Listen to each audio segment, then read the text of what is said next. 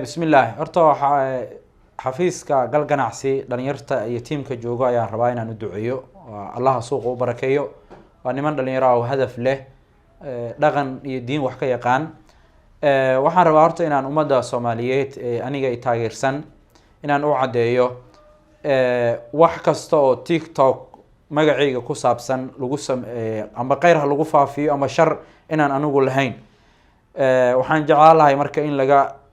laga taxadiro la iskana ilaaliyo marka xigta waxaan rabaa dadka raba inay magac iyo xoolo ka sameeyaan qof magacii inay sharaftooda iyo sumcadooda dhaawaceen Soomaalidu nasabka waxay u yaqaanaan ninka intuu isku tashta fikir la yimaada wax sameeysta wax curiya wuxuu la yimidana wax ku naqda midgaan waxa ah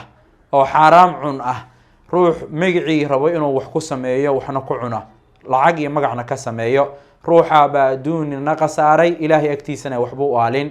marka waxaan dhihi lahay war hadii ilaahay nin raga ka dhigay ama qof dumaraba fikiraad adigu leedahay inta la timaadid magacay xoolo ka sameey ummadda Soomaaliyeed ay magacayga taageersan aniga shakhshantaay ahaan ay taageersanna waxaan dhihi lahay waa been abuur haduu Facebook yahay midka aan page-kayga aan ahayn maxay page-kayga calaamad gaar ah ayuu leeyahay insha Allah ta'ala aadaan u mahadsantihiin waana ka digaya ummadda muslimka ah ee gobtaana waxaan leeyahay dadka been abuurka wax raba inay wax ku naqdaan hala la xisaabtamo midgaan waxa la yiraahdaa sida Soomaalidu cagsi u taqaano ninka beeraha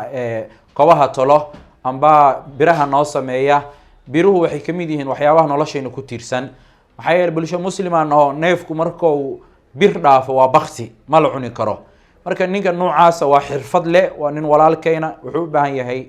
in howshiisa loo fududeeyo shaqadiisa lagu dhiirigeliyo aan lagu takoorin laakiin midkaan rasmi waxa ah ruuxa wuxuu cunaya inay xaraam yihiin magac qofkiisa aan rabo inuu wax ku sameeyo kiisi ku kalsoonaa waay ninkaas ba midkaan